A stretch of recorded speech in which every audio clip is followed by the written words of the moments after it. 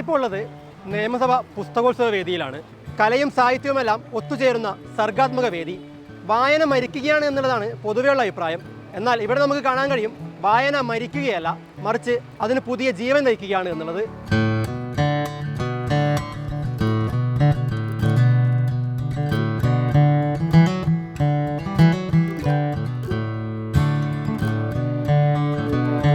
എഴുത്തുകാരും വായനക്കാരുമൊക്കെയായി നിരവധി ജെൻസികളും ആൽഫകളുമൊക്കെയാണ് ഇവിടെയുള്ളത്. നമുക്ക് അവരേക്കൊന്ന് കാണാം, അവരുടെ വിശേഷങ്ങളൊക്കെ ഒന്ന് കേൾക്കാം. Where did he go when his parents are out in the cold? On a night like this, he was born. A jewel as he is, we are proud. We made him the best. But where did he go, pushing us to the worst? എനിക്ക് കുറച്ചുകൂടെ old ടൈപ്പിലുള്ള ഈ ഖസാക്കിൻ്റെ ഇതിഹാസം, പിന്നെന്താ മയ്യഴിപ്പുഴയുടെ തീരങ്ങൾ, ഇതുപോലുള്ള കുറച്ച് old genre എനിക്കിഷ്ടം. പക്ഷേ ഇവർക്ക് ഇങ്ങനെയല്ല, ഇപ്പോഴത്തെ ഈ നോർമൽ ലാംഗ്വേജ് ആണ് ഞാൻ പ്രിഫർ ചെയ്യുന്നത്. ഒത്തിരി സ്ട്രെസ് എടുത്ത് വായിക്കാൻ പറ്റാത്ത, എന്നാൽ കുറച്ചുകൂടി നമുക്ക് നന്നായിട്ട് ഏറ്റെടുക്കാൻ പറ്റുന്ന ടൈപ്പ് കഥകളാണ് ഞാൻ കൂടുതൽ വായിക്കൽ. രണ്ട് പുസ്തകങ്ങൾ മോളെ എഴുതിയാണല്ലേ? എന്താണ് ഈ പുസ്തകത്തിലുള്ളത്? ഈ ലില്ലി പാഡ് സീസൺ എന്ന് വെച്ചാൽ എൻ്റെ ബസ്സിൽ ഇത്തിരി ബുള്ളികളുണ്ടായിരുന്നു. അപ്പോൾ അവർ നമ്മൾ കുറേ ഇറിറ്റേറ്റ് ഒക്കെ ചെയ്തപ്പോൾ ഞാൻ ഇതൊരു ആനിമയായിട്ട് ഇതൊന്ന് കൺവേർട്ട് ചെയ്ത് എഴുതിയതാണ്. ബർത്ത്ഡേ വിത്ത് മാജിക് ലോക്കോ എന്ന് പറഞ്ഞാൽ ഞാനിത് എൻ്റെ അച്ഛൻ ലോക്കോ പൈലറ്റാണ്. അപ്പോൾ ബർത്ത്ഡേക്കും നമ്മളെ വീട്ടിലുള്ള ഫങ്ഷൻസിനും എൻ്റെ മെയിൻ ബർത്ത്ഡേത്തിനൊന്നും ലീവ് കിട്ടിയില്ല. അതുകൊണ്ടാണ് ഞാൻ ഈ ഒരു ബർത്ത്ഡേ വിത്ത് മാജിക് ലോക്കോ എഴുതിയത്.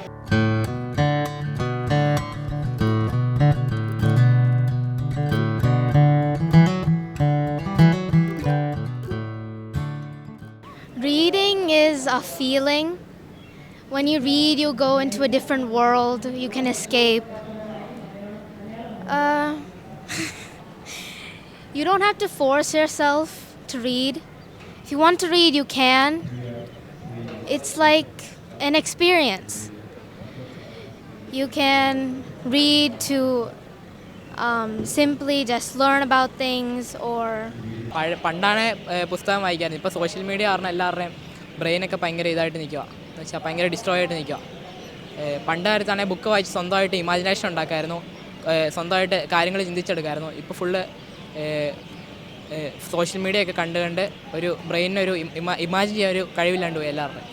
പക്ഷെ ബുക്കിനെ പരിചയപ്പെടാനും ഇങ്ങനൊരു ബുക്ക് ഉണ്ട് എന്ന് അറിയാനും സോഷ്യൽ മീഡിയ ഹെൽപ്പ് ചെയ്തിട്ടുണ്ട്. അപ്പോൾ ഇൻഫ്ലുവൻസ് ചെയ്യുന്നുണ്ടോ ചോദിച്ചു കഴിഞ്ഞാൽ ബുക്ക് അറിയാനൊരു ഇൻഫ്ലുവൻസ് ഉണ്ട്, പക്ഷേ അതുകൊണ്ട് മാത്രം വായിക്കുന്നല്ല, പക്ഷേ ഇൻഫ്ലുവൻസ് ചെയ്തിട്ടുണ്ട്.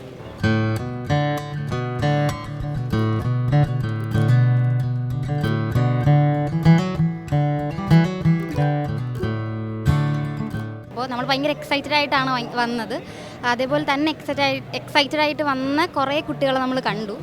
അപ്പോൾ എല്ലായിടത്തും ഉണ്ടാവുന്ന പോലെ തന്നെ ഇവിടെയും ജെൻസി കിഡ്സ് ആണെങ്കിൽ പോലും വായന ഇഷ്ടപ്പെടുന്ന ഒത്തിരി ആൾക്കാർ നമ്മളിവിടെ കണ്ടു. എല്ലാവരും ഒരേപോലെ ഏറ്റെടുത്തതുപോലെയാണ് നമുക്ക് തോന്നിയത് ഈ ഒരു പ്രോഗ്രാം. വായന മരിക്കുകയല്ല, പുനർജനിക്കുകയാണ് എന്നുള്ളതിൻ്റെ തെളിവാണ് ഈ കൂടെ കാണുന്നത്. പത്തനംതിട്ടയിൽ നിന്നും വന്ന ഒരു പറ്റം സ്കൂൾ കുട്ടികളാണ് നമ്മുടെ കൂടെയുള്ളത്.